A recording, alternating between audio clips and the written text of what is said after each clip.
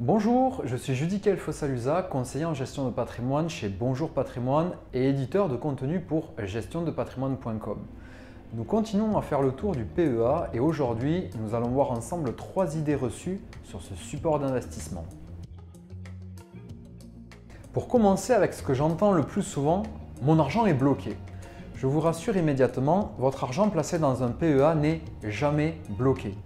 De votre premier jour d'investissement jusqu'à votre dernier, vous êtes libre de retirer votre capital en cas de besoin. Bien évidemment, je ne vais pas vous dire qu'il n'y a aucune conséquence à cela. Tout d'abord, si vous retirez les fonds avant 5 années d'existence, votre PEA sera clôturé intégralement, sauf cas de déblocage anticipé autorisé. Pas idéal évidemment, vous perdez alors votre ancienneté accumulée et vous matérialisez des moins-values potentielles. Et puis n'oubliez jamais que l'investissement sur les marchés financiers est un investissement à long terme. Un retrait sur un PEA ne doit, dans la mesure du possible, pas provenir d'un besoin imprévu d'argent. Un point de vigilance particulier à avoir, il s'agira de la fiscalité sur vos gains qui différera en fonction de l'antériorité fiscale.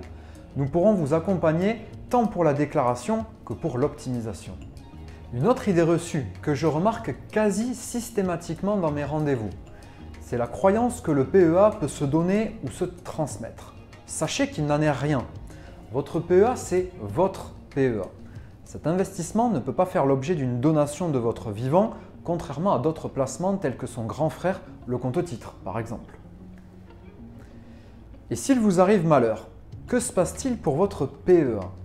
Votre banquier procédera à sa clôture. Pour autant, tout n'est pas perdu pour vos héritiers. Un compte-titres de succession va être ouvert pour recevoir les titres financiers du PEA. À ce moment-là, 2 options vont s'ouvrir à eux. La première consiste tout simplement à ce que les titres logés au sein du nouveau compte-titres de succession soient vendus et vos héritiers se partageront le capital selon les règles de votre succession. J'en profite pour vous annoncer une bonne nouvelle. Les gains provenant du PEA seront exonérés d'impôt sur le revenu même si l'enveloppe a moins de 5 ans. Bien sûr, les prélèvements sociaux restent dus. Dans cette hypothèse, c'est la valeur du PEA diminuée du paiement des éventuels prélèvements sociaux sur les gains qui sera intégrée à la succession et taxable au droit de succession comme tout autre actif. Quant à la seconde option, c'est tout simplement de maintenir le compte-titres pour poursuivre l'investissement financier du défunt. La prise en compte dans l'actif successoral de cette enveloppe financière va avoir pour conséquence de purger les éventuelles plus-values. À l'avenir, la date de départ pour le calcul de la plus-value sera la date où vous héritez du PEA et non la date où les titres ont été initialement acquis par le défunt. Enfin, pour parler d'une troisième idée reçue sur le PEA, j'échange très régulièrement sur la complexité d'investir sur les marchés financiers. À vrai dire, cette idée doit certainement venir du jargon un peu barbare des financiers ou des articles dans les revues spécialisées. Je vais tordre de suite le cou à cette idée reçue en vous disant qu'aujourd'hui, vous avez une multitude de méthodes vous permettant d'investir une partie de votre épargne dans les marchés financiers en étant accompagné. Avec un PEA, vous pouvez déjà commencer par investir dans des fonds financiers gérés par des sociétés de gestion que l'on appelle SICAV ou OPCVM. Cela va vous permettre en un seul investissement de placer votre argent dans une multitude de sociétés de taille et de géographie variables. En effet, c'est du rôle de la société de gestion de faire fructifier l'argent des investisseurs en sélectionnant judicieusement les entreprises qui paraissent les mieux armées pour vous permettre d'obtenir les meilleurs rendements possibles. Des fonds, il y en a pour tous les goûts. Une fois investi, laissez le gérant faire son travail avec le fonds.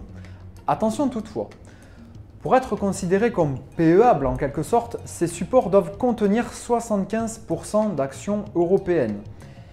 Et si vous êtes vraiment allergique aux marchés financiers, eh bien faites confiance à votre conseiller en gestion de patrimoine qui a les connaissances et les outils nécessaires pour vous construire une allocation diversifiée, sur mesure, tant en classe d'actifs que géographiquement et sectoriellement.